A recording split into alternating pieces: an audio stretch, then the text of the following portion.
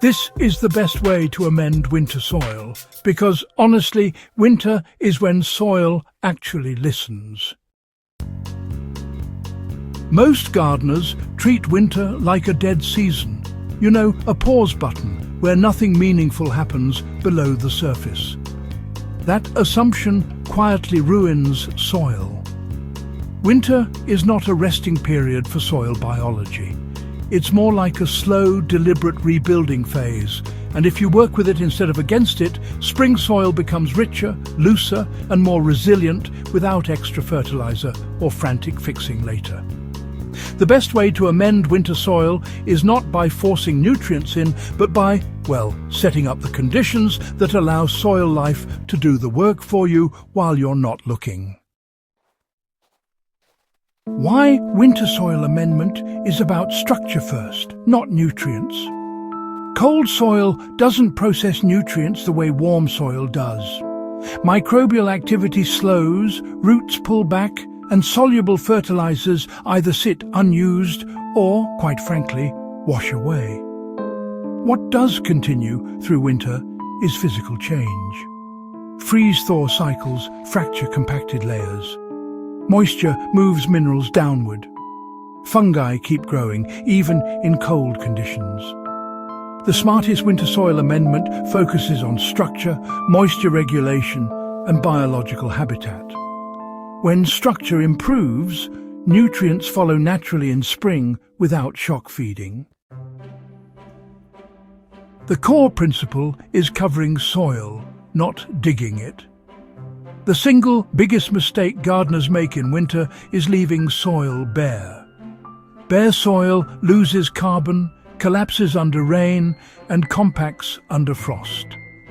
The best winter amendment is a protective layer that stays in place and breaks down slowly.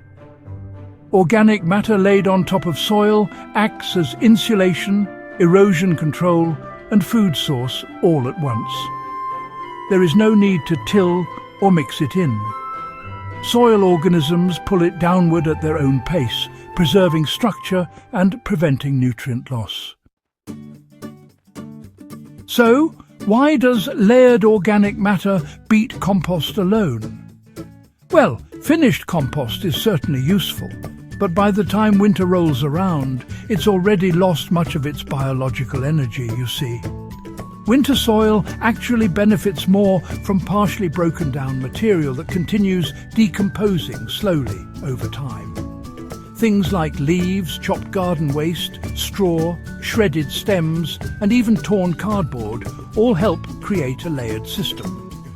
Soft materials, you know, feed bacteria early on, while woody materials feed fungi for the long term. Together, they create a balanced soil food web that wakes up ready in spring, instead of starting from zero. Now, let's talk about how moisture management makes winter amendments work. Soil amendment can fail in winter if the material dries out, or, on the other hand, becomes waterlogged. The right amendment, well, it holds moisture without sealing the soil off from air. Mulch thickness is important here. A layer that's too thin exposes soil to freeze damage, but if it's too thick and compacted, oxygen disappears. So the goal is a breathable blanket that stays damp but never soggy. Snow actually becomes an asset instead of a problem, slowly releasing water into protected soil rather than compacting it. Now, the role of worms and fungi during the cold months is quite fascinating. Worms don't just vanish in winter, they move deeper, dragging organic matter with them as they go. Fungal networks, meanwhile, expand quietly beneath the mulch, breaking down carbon that bacteria simply can't touch in cold soil. This is really why top-down amendment works so well in winter. You're feeding organisms that are active when plants are not. By spring, nutrients are already cycled and positioned exactly where roots will reach them. You know, adding raw kitchen scraps actually works better than most people think. Winter decomposition is slow, which, believe it or not, makes it ideal for fresh organic material, if you manage it correctly. Just small amounts of kitchen scraps, buried shallowly or covered heavily on the surface, will break down without any smell or pests. The cold, well, it really does suppress flies, and that carbon cover keeps the moisture in check. By the time temperatures start to rise, those scraps are no longer just raw waste. They've become microbial hotspots right in the root zone. Here's how freeze-thaw cycles, really amplify soil improvement. Winter's biggest advantage is actually mechanical. As water freezes, it expands, creating all these tiny microfractures in compacted soil. Organic matter, well, it holds moisture in place, guiding exactly where this expansion happens. Over the season, soil just becomes looser, without you needing to do any mechanical tillage. Roots in spring, they follow these natural channels, which reduces transplant shock and honestly improves drought resistance later on. So, let's talk about what not to add to winter soil. Fast-release fertilizers, uncomposted manure in heavy amounts, and, aggressive tillage all disrupt winter processes. Nutrients applied too early just leach away, you see. Turning soil destroys fungal networks at the exact time they're establishing dominance. Winter is not for correction, it's for preparation. The quiet payoff, that shows up months later. Gardeners who amend winter soil properly notice it in subtle ways.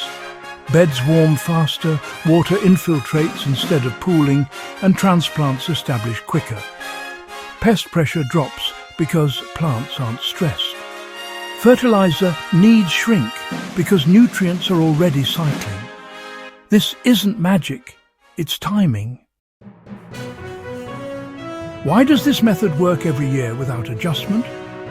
Well, because it follows soil biology instead of fighting it, this approach scales naturally. One bed or an entire garden responds the same way. The materials change, but the process stays consistent. Protect the soil, feed it slowly, and let winter do the heavy lifting. If you want a garden that improves while you rest, winter is your most powerful season. Amend it correctly, and spring becomes effortless. If this helped sharpen how you think about soil, subscribe for more grounded, field-tested gardening methods and share this with another gardener who still thinks winter is downtime.